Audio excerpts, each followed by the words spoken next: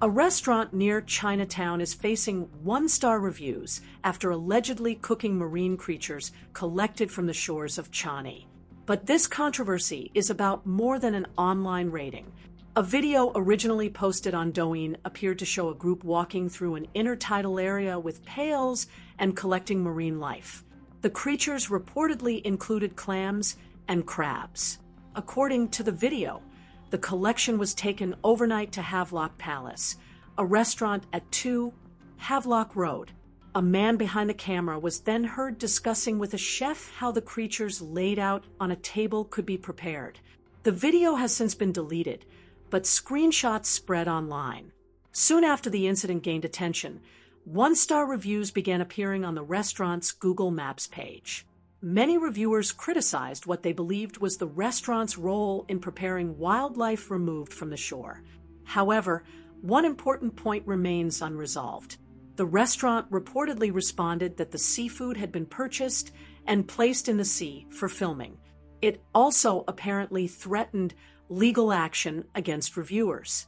Local science educator BioGirl MJ said she replied with a link to the original footage, which she believed showed the creatures being collected from the coastal area. She said the legal warning later disappeared. So far, the available reports describe the restaurant's involvement as alleged. Pasir Ris, Changi GRC Member of Parliament Valerie Lee called the behavior deplorable.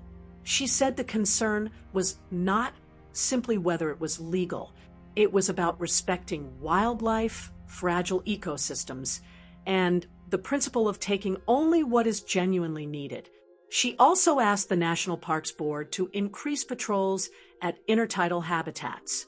Here is where the issue becomes more complicated. NParks restricts the collection of animals from intertidal zones under its control. These include Czech Jawa wetlands, Labrador Nature Reserve's Rocky Shore, Sunjai Bulow Wetland Reserve, and Sisters Islands Marine Park. For coastal areas outside its jurisdiction, the agency mainly relies on public education and responsible behavior. That creates a practical gap. An activity may attract strong public criticism even when enforcement depends on exactly where it happened and which agency controls that location. There is also a food safety risk. The Singapore Food Agency advises people not to harvest and eat wild shellfish. Shellfish filter the surrounding water and may accumulate bacteria, viruses, chemicals, and marine toxins. Proper cooking may remove some biological hazards.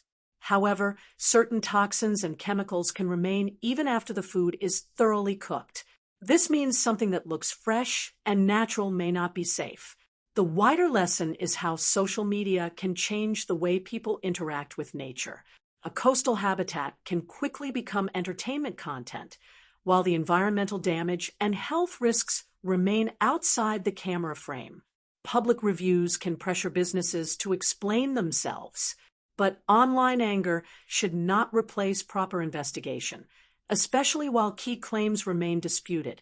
The fairest response is to establish what was collected, where it came from, who supplied it, and whether any regulations were breached. Should Singapore introduce clearer rules for collecting marine life from all public shores, or is stronger education and enforcement enough? Share your view below and support 2230 by liking this video, sharing it, and subscribing for more Singapore news explainers.